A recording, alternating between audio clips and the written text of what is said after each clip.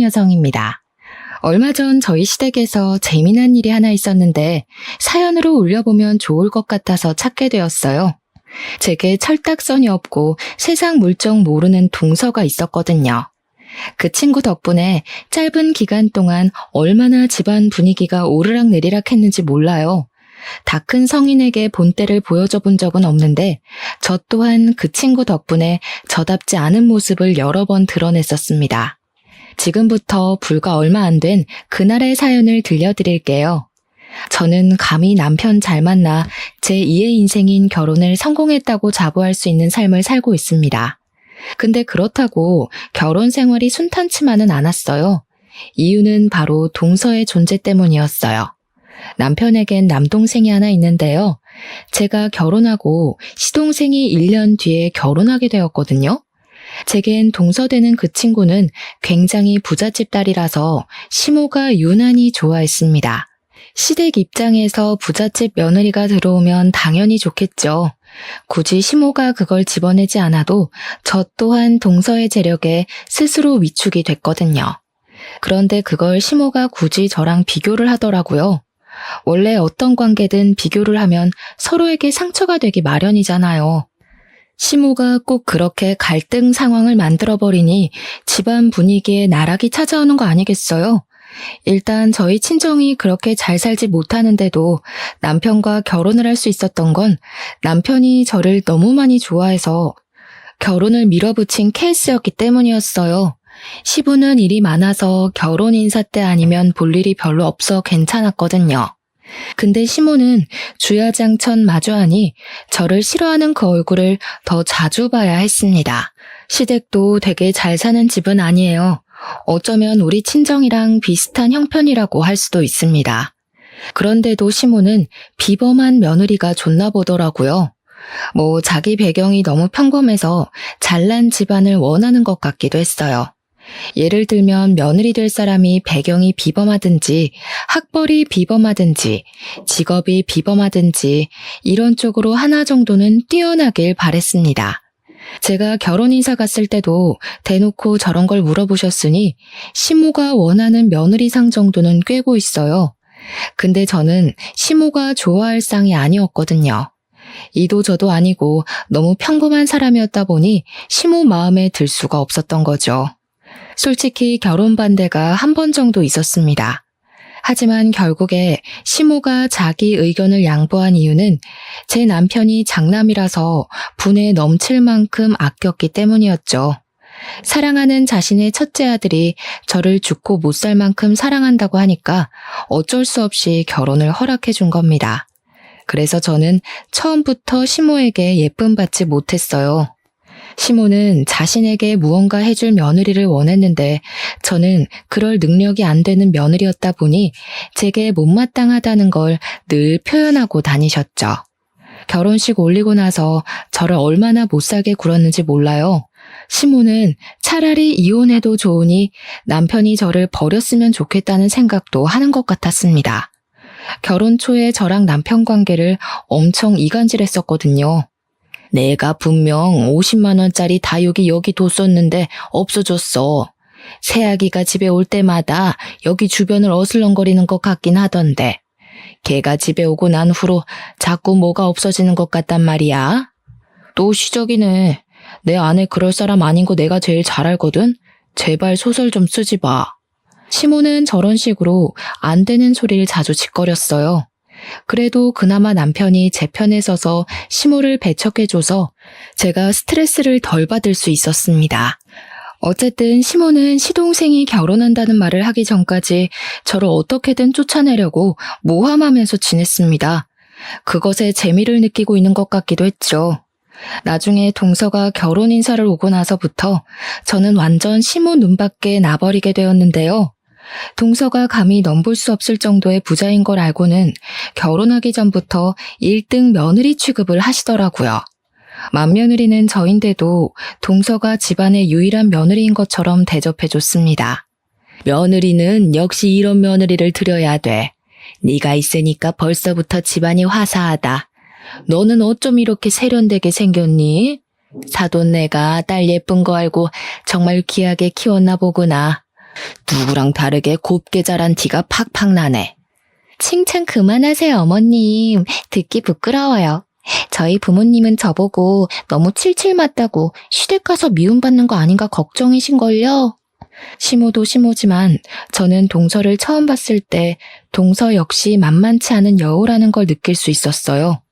동서는 시모를 어려워하는 기색이 전혀 없었고 결혼 인사 온 첫날부터 저한테 물 좀 갖다 달라고 부탁하는 대담함을 보였던 사람입니다. 시모와 하루 만에 친해져서 팔짱까지 끼고 살랑살랑 눈웃음도 잘 치는 것이 긴장이라곤 전혀 안 하는 사람 같았죠. 사실 동서가 긴장을 하든 말든 시모랑 잘 지내든 말든 제가 크게 상관하지 않으려고 했습니다. 그런데 시모가 일부러 염장 지르려고 부른 건진 모르겠지만 꼭 동서가 시댁에 올 때마다 저까지 부르더라고요. 저를 불러놓고 따로 할 말을 하는 것도 아니었어요. 그저 주방일을 시키면서 거실에 앉아 저를 돌려가는 소리만 해댔습니다. 당연히 동서한테는 손에 물 한 방울 안 묻히게 하더라고요. 저리 사람한테 친절할 수 있는 시모가 저한테는 이래라 저래라 가정부 부리듯 말하는 것이 서운하긴 하더군요. 무엇보다 마음에 안 들었던 거는 주말에 불러서 부려먹는다는 거였어요. 남편은 사업가라서 주말에도 출근을 하는데 시모가 그걸 아주 잘 아니까 일부러 남편 몰래 저만 부르려고 주말에 연락하더라고요. 동서는 부자라서 그런가 일도 안 하면서 항상 주말에만 시댁을 가대요. 어쩌면 시모가 일부러 저 골려 먹으려고 주말에 동서를 부르는 것일 수도 있지만 일단 그건 제 추측일 뿐이에요. 어쨌든 동서는 나이가 저랑 겨우 1살 차이인데도 백수였는데요. 사실 이 부분에 대한 시모의 태도도 좀 황당했습니다. 동서의 배경을 듣고 눈을 빛내던 시모가 동서의 직업까지 기대하는 얼굴이었어요. 그 상황에 동서가 백수라고 당당하게 얘기를 했거든요. 자긴 현모양처가 꿈이라나 뭐라나. 근데 시모가 동서의 철없는 소리를 듣고는 너무 기특하다고 좋아하는 겁니다. 돈이야 남자가 벌면 되는 거고 여자는 내조만 잘하면 된다네요. 저보고는 남편 혼자 돈벌이 하게 해서 자기 아들 등골 빼먹지 말라고 귀에 피날 정도로 경고했었거든요. 저는 한 번도 제 형편이 부족했다고 생각해 본 적 없었는데 시모 때문에 정말 어이가 없고 서럽기까지 했습니다. 하나 더 어이없었던 건 시동생이랑 동서가 결혼 준비 과정에서 싸울 때가 몇 번 있었는데 그때마다 시모가 동서 편에 나서서 시동생을 나무랐어요. 동서의 화가 풀릴 때까지 시동생이 무릎 꿇게 만든 적도 있었습니다. 얼마나 부잣집 며느리 안 놓치고 싶었으면 고집 센 시모가 동서의 비위를 다 맞춰주나 싶더라니까요. 정말 혀를 내둘렀었죠. 아무튼 시모는 애쓴 마음이 헛되지 않게 끝내 동서를 시동생과 결혼시키는 데에 성공했어요. 동서랑 시동생이 혼인신고까지 마쳤을 때 시모는 마음 놓고 기뻐하였습니다. 그렇게 동서를 향한 시모의 사랑은 더욱 커졌고 저랑 동서를 두고 시모의 편애는 더 심해졌어요. 한 번은 식구들이 다 있는 곳에서 남편만 자리를 잠시 비운 상황이었는데요. 우리 장남도 좋은 맞선 자리 많이 들어왔었거든. 잘 나가고 능력 좋은 며느리감 참 많았는데 애가 워낙 눈이 낮아서 실패했지 뭐니. 내가 우리 장남만 생각하면 밤잠을 설친다니까. 우리 장남도 돈 많은 배우자 만나서 호강할 수 있었는데 다 커서 이게 무슨 고생인가 싶어. 제가 있는데도 저를 대놓고 개무시하는 횟수가 늘어갔습니다. 남편 말고는 저를 감싸주는 식구도 없었어요. 남편이 없는 시댁은 남보다도 못한 관계들이었죠.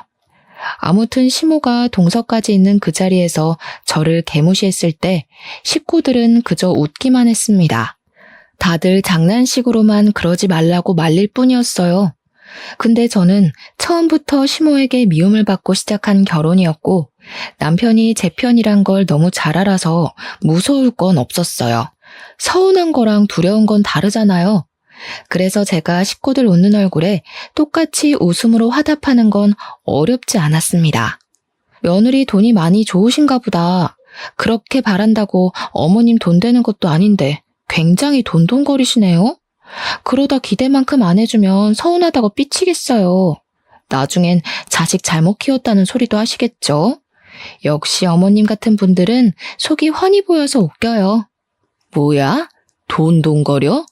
얘 말하는 것 봐라. 너 어른한테 말버릇이 뭐 그따위니? 네? 저는 그냥 어머님 말버릇 따라 해봤을 뿐인데요. 어머님이 저에 대한 감정을 안 숨기시길래 저도 그게 좋을 것 같아서요. 그래도 동서가 보고 있는데 저도 체면이 있잖아요. 시모가 어이없다는 듯 저를 째려보더군요. 아마 제 주제에 무슨 체면을 따지냐고 한 소리 하고 싶었을 겁니다. 그런데 제가 그 말을 할 시간을 별로 주고 싶지 않았어요. 시모 성격에 한바탕 다툼이 될 것 같았거든요. 괜히 분위기가 고조될 바엔 그만 주방에서 뒷정리나 하는 게 나을 것 같아서 자리를 떴는데요. 그때까지만 해도 제가 시모를 좀 과소평가했더라고요. 시모가 저 때문에 동서 앞에서 자존심 상했다고 생각했는지 그 상황을 그냥 넘기지 못하고 바로 안갚음을 해주는 겁니다. 주방으로 저를 따라와서 제가 서 있는 싱크대로 그릇을 와르르 쏟아버리대요. 그 바람에 더러운 오염물이 제 옷으로 왕창 튀어버렸습니다. 거의 들이부어진 셈이로요. 비싼 옷도 아니니 버려도 상관없잖아. 이참에 너도 네 동서 보고 옷 센스 좀 배워라. 젊은 나이 아깝게 옷 꼬락서니가 그게 뭐니? 내가 동네 창피해서 맏며느리 있다고 말하기가 싫다. 미안하단 말 먼저 할 거 아니면 제발 입이라도 다물지. 시모는 끝내 사람 속을 뒤집고 가버렸어요. 제가 자기한테 지는 꼴을 봐야만 속이 풀리는 사람이니 그랬을 겁니다. 짜증이 났지만 여기서 제가 또 나섰다간 시모 성격에 이보다 더한 반격으로 갚아줄 거거든요. 근데 식구들 다 모인 상황에서 그렇게까지 분위기를 끌고 가긴 싫어서 참았어요. 그냥 철없는 어른이니 불쌍하게 생각하자 그렇게 스스로 위안만 했죠. 저는 졸지에 많은 양의 물을 튀어 찝찝한 상태로 설거지를 해야 했습니다. 괜히 시모한테 한마디 대들었다가 저만 똥 덜 닦은 기분이 돼버렸어요. 그리고 그때 남편이 등장했죠. 제 남편은 눈치가 빨라서 딱히 좋은 타이밍이란 것이 통하지 않는 사람인데요. 그런 남편의 눈에 자기가 없는 동안 제가 어떤 처지에 놓였는지 잘 보였나 보더라고요. 남편이 주방에서 혼자 설거지하고 있는 제 꼴과 거실에서 떠들고 놀고 있는 식구들을 번갈아 보더니 어떠한 의심도 없이 바로 시모한테 가서 큰 소리를 내었습니다. 엄마, 그새를 못 참고 또 저 사람한테 시비 걸었어? 한 번만 더 내 아내 마음대로 부려먹으면 가만 안 있을 거야. 깜짝이야. 왜 소리를 지르고 그러니? 내가 뭘 했다고?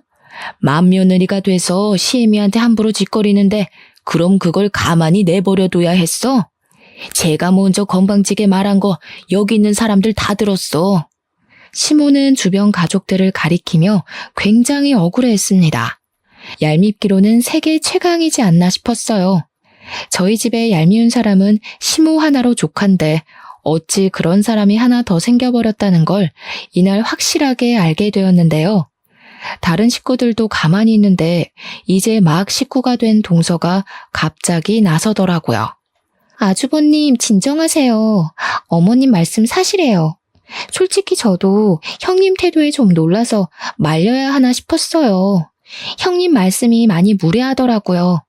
어른한테 그렇게 말하는 사람 처음 봤어요. 가정교육을 받았다면 저럴 수가 없는데. 들었지? 이제 막 우리 식구 된 막내 애가 집안 분위기에 대해 뭘 안다고 벌써부터 이런 소리를 하겠어? 그만큼 전연이 나한테 심했다는 거 모르겠니? 어떻게 아들이란 녀석이 막내 며느리보다 내 마음을 몰라줘?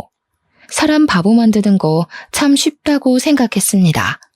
만약 시모와 저의 대화를 처음부터 끝까지 들은 사람이 누구도 없고 시모와 동서만 있었다면 다들 두 사람 연기에 끔뻑 속겠더라고요. 그리고 무엇보다 저를 향한 남편의 신뢰가 조금이라도 흔들렸다면 제 시집살이가 굉장히 지옥이었겠죠. 근데 고맙게도 제 남편은 역시나 제 편이었어요.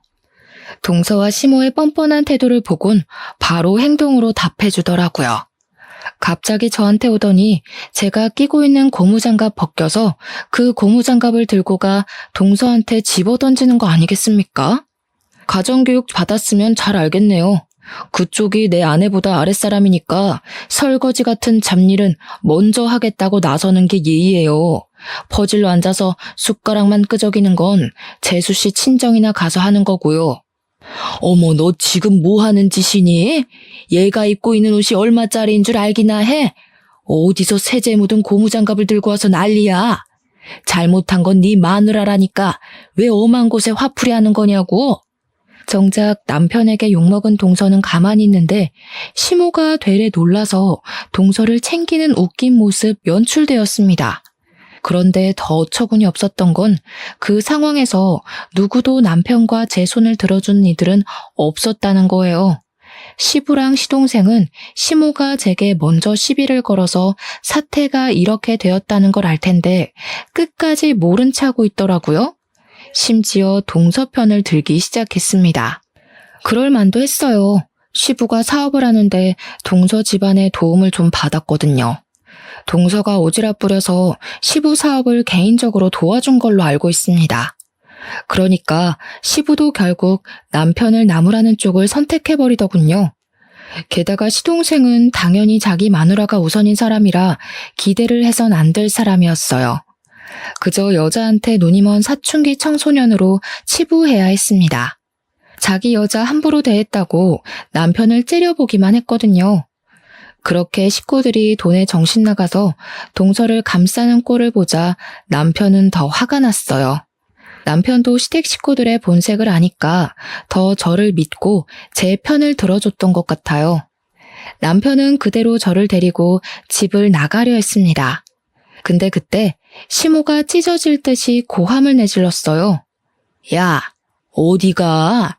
상은 누가 다 치우라고? 이거 치우고 가야지. 설거지도 다 안 했잖아. 지금 안 하고 가면 다신 우리 집 못 오게 할 줄 알아. 이렇게 소리 지르는 겁니다. 남의 집 자식 때문에 자기 아들한테 그런 소리를 하다니. 남편은 시모의 말에 대답할 가치가 없다고 판단했는지 대답 대신 현관문 세게 닫아버렸어요. 그리고는 제게 사과하면서 당분간 시댁 가지 말자고 명절도 제사도 챙기지 않아도 된다고 하더군요. 정말 괜찮겠어? 괜히 집안 불화만 일으키는 거 아닌가 모르겠네. 그렇게 사랑하는 막내 며느리 끼고 다 하라 그래. 제사고 명절이고 차례고 좋아하는 며느리랑 준비해야 즐겁지. 뭐하러 서로 스트레스 받을 짓을 해? 내가 괜찮다고 할 때까진 엄마 연락 무시해줘. 저보다 더 많이 화를 내주는 남편 덕분에 되게 많이 의지가 되었어요. 솔직히 남편이 아니었다면 얼마나 외로웠을 환경입니까? 내 결혼 쪽박났다고 표현하기 좋을 상황이잖아요. 저는 남편만 믿고 따르기로 했어요.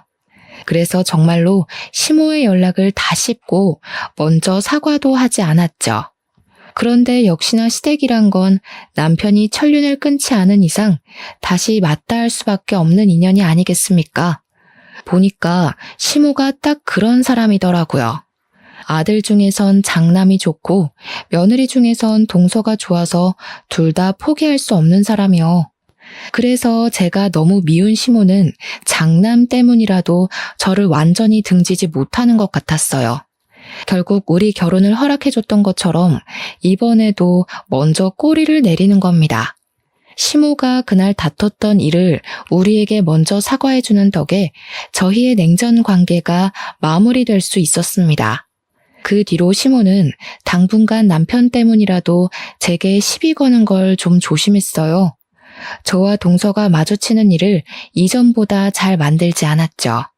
그랬더니 이젠 동서가 몸이 근질근질한가 보더라고요. 저랑 친한 것도 아니면서 어느 날부터 안부 문자를 보내대요.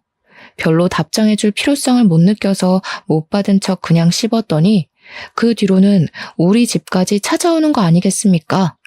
동서는 자기가 시모를 잡고 있다는 걸 너무나도 잘 아는 여자였어요.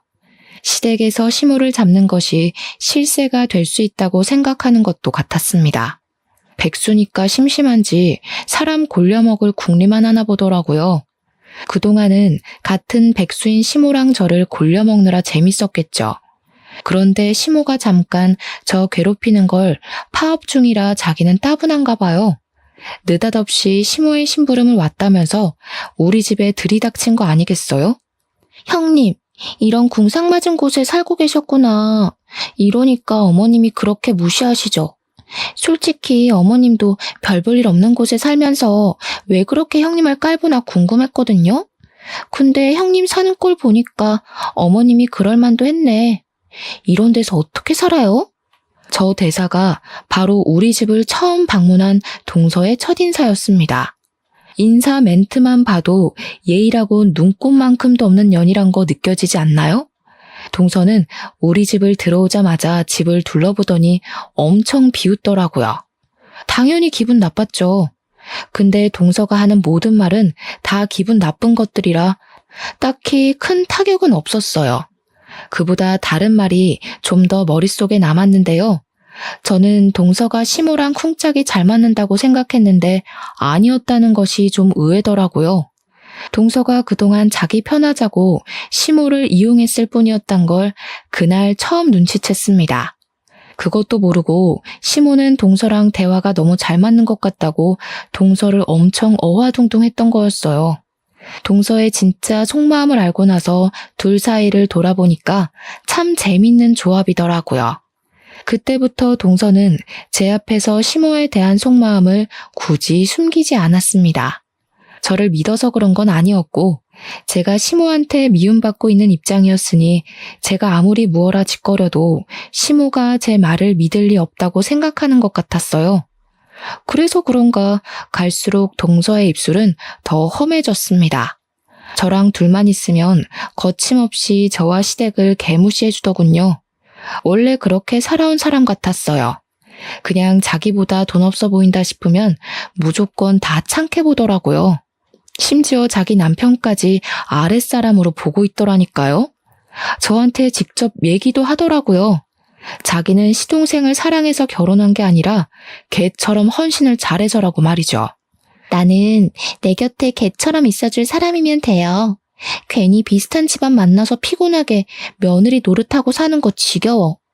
지금처럼 못난 놈들한테 돈 조금 쥐어주면 얼마나 편하게 살 수 있어요. 어머님이고 아버님이고 제 앞에서 아주 내 발로 기잖아요. 형님은 그렇게 못해서 개고생해야 되는 거고. 입조심 좀 하는 게 좋을 것 같은데 돈 많아도 동서처럼 주둥이 싸게 놀리면 결국 가진 거 다 잃게 될걸?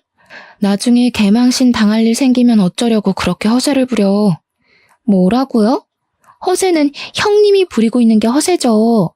가진 것도 없으면서 자존심 하나 때문에 괜히 센 척하고 있잖아요. 내가 잘 사는 게 부러우니까 자존심이라도 지키려는 거 아니에요? 동서는 기본적으로 사람을 무시하는 게 입에 배어 있었어요. 처음에 나이 30대에 백수로 지내는 게 한심했는데 나중엔 백수로 지내줘서 고마울 따름이었습니다. 그 성격으로 다른 사람들에게 얼마나 피해가 되었겠어요. 그리고 사람들 머리 위에 서는 걸 좋아하는 것 같았는데 제가 자기한테 감정상해서 싸움을 걸어주길 바라는 것처럼 시비를 걸더라고요. 상대를 굴복시키는 것에서 재미를 느끼는 것 같기도 했습니다.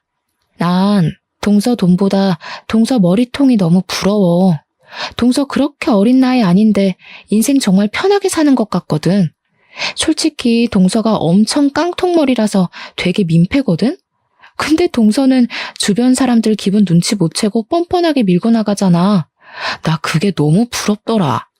내가 신이었다면 동서 네 머리통이랑 바꾸고 싶다고 우스갯소리를 좀 했더니 동서가 의외로 이런 것에 또 열받나 보더라고요. 저한테 자기 위치를 자각시켜주고 싶었던 건지 사고 하나를 거하게 쳐준 거 아니겠습니까? 제 개인차를 손봐놨더라고요. 차 문 손잡이에 돈 봉투까지 말아서 끼워놨대요. 병 주고 약 주겠다는 건가 싶은 거 있죠. 남편이 그 사실을 알고 동서한테 화가 나서 당장 따지러 가려고 했는데요. 그거 제가 우선 말렸습니다. 그래봤자 동서는 제 똥차를 비아냥거리기만 할 뿐 자기 잘못에 대해선 반성조차 안 할 것 같았거든요. 일단 돈봉투까지 대놓고 두고 갔다는 건 자기 행동임을 숨기지 않겠다는 뜻과 마찬가지잖아요. 동서가 저질러 놓은 행동에 화부터 내는 건 그저 동서랑 놀아주는 집밖엔 안 된다고 생각했어요.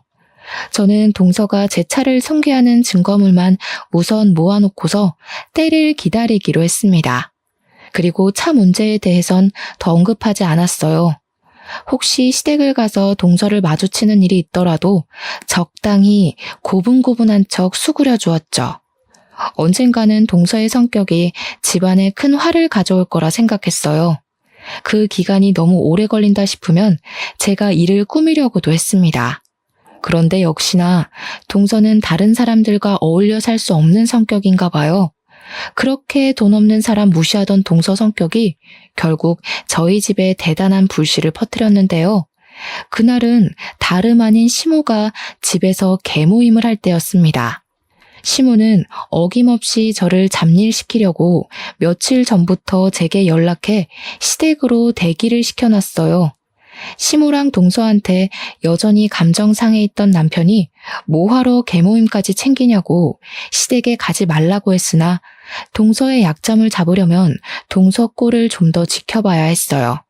남편에겐 이번만 해주고 다음부턴 안 하겠다고 말한 뒤에 시댁을 갔습니다.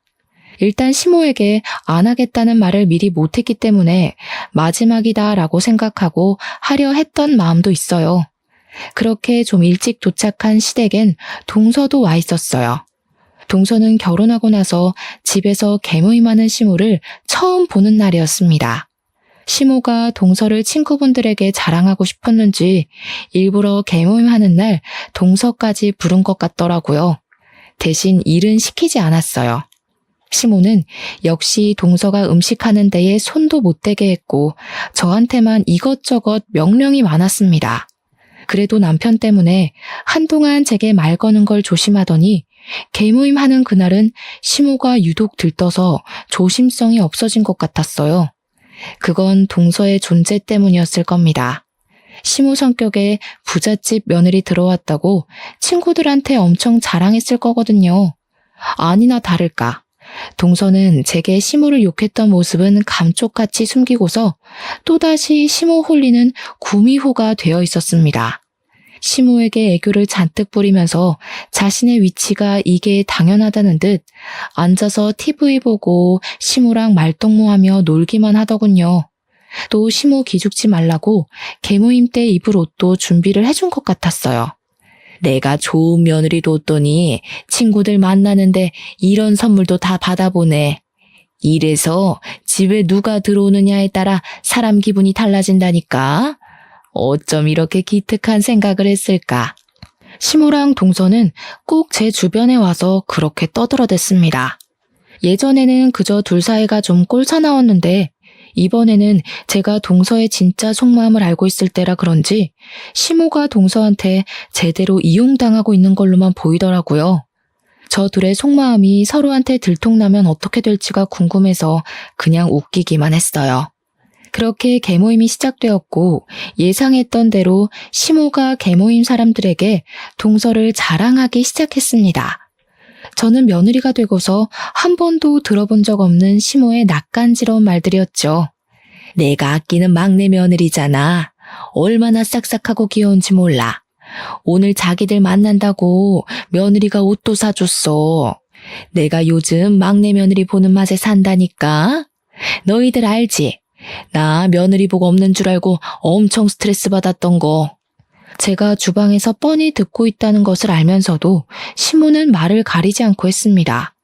오히려 시모 친구들이 목소리를 낮추면서 제 눈치를 더 봤던 것 같네요. 그래봤자 시모나 시모 친구들이나 똑같은 사람이었지만요. 아무튼 시모는 이미 친구들에게 동서가 부자라고 소문을 쫙 퍼뜨려 놓은 듯 했어요. 다들 집에 오자마자 동서를 찾더니 밥상머리 앞에 앉아서 내내 동서 얘기만 하고 있었거든요. 시모를 부러워하기도 했고 어쩐지 시모가 걸치고 있는 것들이 수준 있어 보인다며 칭찬도 했고 자기들 며느리랑 비교까지 하면서 점점 동서 바라기가 되어갔습니다. 술 때문에 더 칭찬이 과하고 자자했던 것 같아요. 저는 그 번잡한 상황을 주방에 앉아 구경만 하고 있었습니다. 그때까지만 해도 분위기가 좋았어요. 근데 시모가 분위기에 휩쓸려서 술을 좀 급하게 마시더라고요.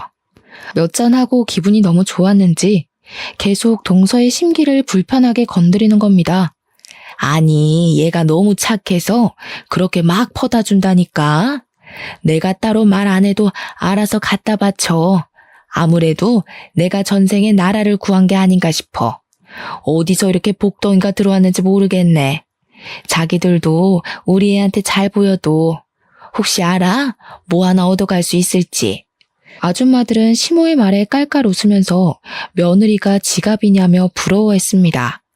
시모는 동서 덕분에 재벌이 된 기분을 느낀다고 나중에 혹시 집도 한 채 해줄 수 있냐고 끝도 없는 농담을 던졌어요. 그게 진짜 농담인지 아닌지는 모르겠네요. 근데 실제로 시모가 동서 없는 곳에서도 자기 친구들한테 동서만 있으면 이제 자기 재벌이라고 떠들고 다녔나 봅니다. 시모 친구들이 시모가 그 자리에서 얘기 안 했던 내용까지 속속히 알고 있더라고요. 아무튼 그 상황에서 유독 제 눈에 들어왔던 건 동서의 표정이었는데요. 시모랑 시모 친구들의 수다가 길어질수록 동서가 그들의 비위를 맞추기 힘든 것처럼 보였습니다. 역시나 얼마 안 돼서 동서가 못 참겠는지 화장실 간다고 자리에서 일어나더군요. 한참 화장실에 있는 것 같더니 시모가 잠깐 자리를 비웠을 때 동서가 화장실에서 나왔어요. 근데 다시 제자리로 돌아가지 않고 주방으로 들어오더라고요. 그리곤 제가 들리게끔만 시모 욕을 하기 시작했는데 바로 이게 문제였어요. 거지년들이 나이까지 먹고 쪽팔리지도 않나. 저런 식으로 새파랗게 어린 사람한테 구걸하고 싶을까? 나는 절대 나이 먹고 저렇게 안 살아야지. 너무 추접하지 않아요, 형님? 글쎄, 동서 돈 쥐어주고 개처럼 굴리는 거 좋아한다며. 내가 보기엔 동서가 원하는 대로 해주고 계신 것 같은데 말이 아다르고 어다르다고. 감히 자기가 나를 멋대로 할 수 있는 줄 알잖아요. 오냐오냐 해주니까 분수도 모르고. 근데 이 개모임 대체 언제 끝나는 거예요? 이 집 아줌마 비위 하나 맞추는 것도 귀찮아 죽겠는데 똑같은 것들 여러 명이나 상대하려니까 피곤해 죽겠어요. 동서는 개모임에 흥미가 떨어졌는지 다시 돌아갈 생각을 안 했습니다. 아예 제 앞에서 속에 쌓였던 욕을 털어내려고 작정하고 자세까지 잡더군요. 그렇게 화가 나면 어머님한테 직접 가서 말하지 왜 뒷담만 까? 동서가 말만 하면 어머님이 어련히 조심할까. 어머님이 동서 엄청 좋아하잖아. 이 형님 순수하시네. 어머님이 절 좋아하는 거겠어요? 제 돈을 좋아하는 거지. 저도 그 정도는 알아요. 그런 사람들 얼마나 많이 봤다고요. 그렇게 싸구려 냄새 풍기는 사람들은 상대해봤자 제 인생만 피곤해져서 안 건드리고 싶네요. 동서가 어머님 좋아하는 줄 알았는데 아닌가 봐. 어머님이 아시면 실망하시겠다. 난 그래도 동서랑 어머님이 잘 통한다고 생각했거든. 어머님은 그렇게 생각하시는 것 같길래. 네? 수준 떨어지는 소리 하지 마세요. 죽었다 깨어나도 어머님한테 손톱만큼의 정도 없어요. 저한테 무슨 일 생기더라도 절대 이 집에 제 친정재산 떨어지는 일은 없을 거예요. 이 사람들 빚도 있다면서요? 적당히 비위 맞춰주고 살다가 어머님 아버님 죽기 전에 이혼이나 할 생각이에요. 동서랑 저랑 1살 차이인데도 한참 철없고 어리다는 생각이 들었어요. 안타깝게도 동서 또한 술을 몇 잔을 해서 그런지 당시 자신이 무슨 상황에 처해 있는지 전혀 눈치 못 채고 있더라고요. 조금만 정신 차렸다면 알았을지도 몰랐을 만큼 기척도 났었는데 말입니다. 시댁 주방 옆에는 다이닝 룸이 하나 있어요. 동서가 화장실 간 사이 시모가 친구 2분이랑 자리를 비웠거든요.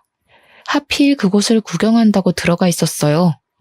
겨우 허술한 나무문으로만 가로막혀 있는 그곳이 주방에서 나누는 은밀한 대화를 막아주기엔 무리가 있었습니다. 저는 그걸 알고 일부러 동서한테 더 말을 시켰던 거예요. 동서가 나타나기 전까지만 해도 소란스럽던 다이닝룸은 역시나 동서의 돌발 발언 때문에 어느새 조용해졌더라고요. 시모가 저희의 대화를 엿듣고 있다는 것을 확신했어요. 시모는 충분히 그럴 위인이거든요. 그래서 동서는 여전히 시댁 식구들 개 같다고 생각해? 아무리 그래도 어머님, 아버님은 연세도 있으신데 동서가 이해 좀 해주지. 지금 비위 맞춰주는 걸로도 친구들 데려와서 이 난린데 이해까지 해주라고요? 사람은 끼리끼리 논다더니 어머님은 어쩜 그렇게 자기 같은 친구들만 사귀었대요? 친구들도 다 주인한테 꼬리 흔드는 개 같던데 봤어요? 야, 너 지금 뭐라 그랬니? 꼬리 흔드는 개? 그때 다이닝룸의 문이 확 열리면서 시모가 등장했어요. 두 사람을 더 골려주고 싶었는데 시모가 거기까지 참는 건 좀 힘들었나 봅니다. 그래도 동서를 놀래주는 건 성공했어요. 동서는 되게 깜짝 놀라며 시모를 마주했는데요. 시모는 동서의 망언 때문에 술이 확 깨는지 눈을 부릅뜨더라고요. 그리곤 그렇게 애지중지하던 동서의 머리끄덩이까지 붙잡았습니다. 감히 사람들 다 보는 앞에서 시애미를 망신시켜? 사람을 우습게 봐도 유분수지. 돈 좀 있다고 대우해줬더니 사람을 개 취급해? 무슨 이런 건방진년이 다 있어? 아무리 개념이 없어도 그렇지 어떻게 시애미를 욕할 수 있냐고. 사실을 얘기했을 뿐인데 왜 이래요? 솔직히 어머님도 처음부터 저보다 돈에 더 관심 있었던 거잖아요. 서로 이용한 건데 왜 나만 나쁜 사람이라 그래요? 젊은 사람들만 무조건 어른 비위 맞춰줘야 되는 거예요? 아쉬운 사람이 수그리고 들어가면 되는 거지. 그래서 지금 내가 아쉬운 쪽이니까 너한테 깍듯이 굴어라 그거니? 부잣집 며느리만 다 똑똑한 줄 알았는데 그것도 아닌가 보네.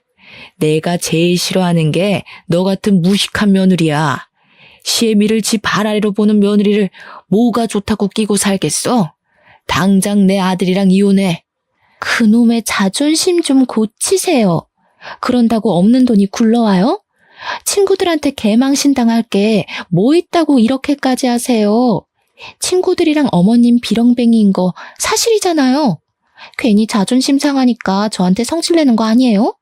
어머님이 사과할 때까지 이혼 못해요. 두 사람이 파국을 맞은 장면을 더 구경하고 싶었지만 왠지 예상치 못한 큰일 날 것 같아서 저는 일단 남편에게 도움을 요청했습니다. 예상대로 처음보다 더 난리가 날 수밖에 없었는데요. 동서가 갈수록 자기 성격 드러내며 건방지게 나오니까 시모뿐만 아니라 시모 친구들까지 화가 난 거예요. 처음에는 시모 친구들이 시모랑 동서 사이를 말리다가 동서가 전부 싸잡아서 개무시를 해주니까 시모 친구들도 더는 못 참고 동서에게 덤벼들었어요. 지켜보기만 하려고 했던 저는 결국 끼어들지 않으면 안 될 것 같았습니다. 할 수 없이 가장 중심에 서 있는 둘의 싸움을 말렸어요. 어머님 진정하세요. 이렇게까지 할 필요 없잖아요. 우선 앉아서 처음부터 차근차근 얘기해봐요. 돈 많은 며느리 뒀다고 그렇게 애지중지 하셨으면서 갑자기 왜 이러세요? 돈 많은 사돈집에 아들 보내는 게 아들 장가 잘 보내는 거라면서요. 장가 잘 보내긴 개뿔. 이 가식적인 년 때문에 내 아들 인생이 훨씬 아까워졌지. 이 썩을 년 그냥 안 내버려도 무조건 이혼 소송할 거야. 시모는 제 말 때문인지 동서한테 받은 옷이랑 액세서리 다 뜯으며 동서를 향해 집어던졌습니다. 동서는 그런 시모를 보면서도 자기 성질만 내세울 뿐 한 번도 지려고 생각을 안 하더군요. 오히려 소송해봤자 시모가 손해고 되려 위자료 물게 만들 거라고 협박도 했어요. 그 바람에 시모는 더 충격받아서 싸웠습니다. 시모 친구들도 동서더러 싹 수 없다고 돈 많은 가정에서 자라면 뭐하냐고 개념이 없는데 라며 쌍욕을 했어요. 때마침 타이밍 좋게 남편이랑 시동생도 들이닥쳤는데요. 엉망진창인 상황 때문에 저한테 설명을 먼저 들어야 했고 그 다음 사태를 진정시켜 주었습니다. 그리고 시모는 시동생을 발견하자마자 당장 이혼하라고 생 난리를 쳤어요. 나는 저딴 무식한 년 며느리로 절대 못 둔다. 전현이랑 이혼 안 하면 내가 이 집을 나갈 거야. 역시 시모는 자존심이 센 편이었어요. 돈도 돈이지만 자기 친구들 앞에서 어린 며느리에게 그런 개망신까지 당하며 돈돈거릴 정도는 아니었던 겁니다. 그리고 이 와중에 황당했던 건 시모는 그제야 제가 며느리로 보이나 보더라고요. 저를 맏며느리 취급하면서 당장 저 꼴불견 끌어내라고 제 손을 잡대요. 어차피 엉망진창이 되어버린 상황인지라 저는 시모가 이참에 정신 차리길 바래서 그 손길을 내쳐버렸어요. 죄송해요, 어머님. 어머님도 저한테 잘하신 거 딱히 없잖아요. 제가 여기서 어머님 편들어줘야 할 이유가 없어요. 마음 같아선 저도 그동안 어머님 머리채 수십 번은 잡았거든요. 다만 저는 동서처럼 머리통이 깡통이 아니라서 제 신용 잃을 짓은 참았을 뿐이에요. 뭐야? 이것들이 단체로 미쳤나? 너희들 둘이서 짜고 나 엿먹이려고 그런 거야? 둘 다 쫓겨나고 싶어? 동서랑 둘이서 지지고 볶든 말든 그건 제 알 바 아니고 일단 상황이 이렇게 된 김에 말씀드릴게요. 저는 남편이랑 의논해서 더 이상 어머님 안 모시려고요. 남편이 거절하면 이혼해서라도 어머니랑 인연 끊을 거예요. 어머님의 그 수준 떨어지는 허세 더는 못 보고 살겠어요. 동서에다가 저까지 날리니까 시모가 말을 잃을 정도로 충격이었나 봐요. 조건 없이 시모 편 들어주던 시모 친구들도 이젠 시모 처지를 좀 불쌍하게 보는 것 같기도 했습니다. 시모가 울분이 차 저한테 결국 손바닥을 올렸을 땐 고맙게도 남편이 나서서 막아줬어요. 거기다 대고 저는 딱 한마디로 시댁과 작별 인사를 해버렸네요. 그냥 며느리 복이 없었다고 생각하세요. 저도 시어머니 복 더럽게 없었다고 생각하고 말 테니까. 원래라면 뒷정리까지 하고 나왔어야 했는데 그럴 기분이 아니잖아요. 이왕 손털기로 한 거라 그냥 두 손 두 발 가볍게 나왔습니다. 아, 나오기 전에 마지막으로 동서한테도 한마디 해줬어요. 참 동서, 내가 중요한 말을 까먹을 뻔했다. 내 차 망가뜨려 놓고 알아서 수리비 놓고 갔더라? 그 수리비 돌려줄 테니까 고소장 기다려. 어차피 동서 백수라서 법원 들락날락할 시간 많잖아. 그렇게 시댁을 나온 저는 지금까지 시댁을 방문하지 않고 있네요. 그 사람들한테 작별 통보를 하면서 유독 아쉬웠던 건 남편과의 인연이었어요. 하지만 저는 그렇게 생각해요. 사람이 몸에 좋은 걸 자주 하는 것보다 몸에 안 좋은 걸 끊는 것이 더 도움된다는 말이 있잖아요. 남편이 제 인생에 활력을 주겠지만 시모가 곁에서 제 인생을 계속 오염시킨다면 저는 차라리 오염의 원인을 제거하는 편이 제 삶에 더 도움이 될 것 같다는 판단을 내렸어요. 그래서 남편과의 이혼은 어쩔 수 없이 감안하려고 했죠. 남편처럼 좋은 남자를 못 만날 걸 알기 때문에 재혼도 못할 거란 걸 받아들였고요. 근데 남편의 반응은 다소 놀라웠어요. 솔직히 저는 아무리 우리 사이에 문제가 없었다고 하더라도 남편이 천륜을 포기하진 못할 거라 생각했거든요. 그러나 당황스럽게도 남편이 저를 선택해 주더라고요. 저보고 앞으로 시댁 안 챙겨도 되니까 지방에 가서 살자고 제안하였습니다. 너무 고마웠고 미안했어요. 남편 복이 있다는 건 정말 든든한 일인 것 같아요. 아무튼 그 뒤로 시동생은 시모가 시켜서 진짜 이혼을 하게 되었어요. 근데 소송은 못했다고 들었습니다. 동서 친정 쪽에서 시부 사업 도와주던 지원을 모조리 끊는 바람에 사정이 쪼들렸고 그래서 소송할 돈이 없었다더군요. 그것 때문에 시모가 더 뿔이 났다고 했어요. 그래서 결국 시모가 동서에게 마지막 선물을 주었다고 들었어요. 시모 성격에 그 치욕을 고스란히 당하고 있을 사람이 아니란 건 알고 있었는데요. 시모랑 시모 친구들이 진짜 독하고 무서운 게 동서가 금수저인 것까진 어떻게 망칠 수 없어서 동서한테 개인적으로 똑같이 치욕을 주려고 했나 보더라고요. 동서가 차량 손괴죄로 고소당해서 조사받으러 출석한 날에 시모랑 시모 친구들이 동서 뒤를 밟았다가 인분 섞인 물을 동서한테 들이부었다고 했어요. 근데 하필 장소가 계단이었던지라 동서가 쏟아지는 물 때문에 중심을 못 잡고 넘어졌답니다. 그렇게 계단을 몇 개 굴렀는데 그 사고 탓에 팔꿈치 금이 가버렸다지 뭡니까? 동서가 시모랑 시모 친구들을 맞고소하는 바람에 서로 바쁘게 경찰 조사를 받았나 보더라고요. 그 사실은 내내 모르고 있다가 정리가 다 된 뒤에야 얘기를 해줬어요. 시모가 돈 좀 빌려달라고 남편한테 연락 왔었는데 남편이 시모더러 나한테 진심으로 무릎 꿇고 사과했으면 좋겠다고 했다네요. 근데 그 뒤로 시모가 남편한테 연락을 또 끊었대요. 아직은 저한테 삐쳐있는 것 같았어요. 그렇게 지방으로 온 지 반개월이 되었는데도 저는 시모한테 사과를 받지 못했습니다. 남편은 제가 괜찮다고 할 때까지 자기도 시부모님을 볼 생각 없다고 했어요.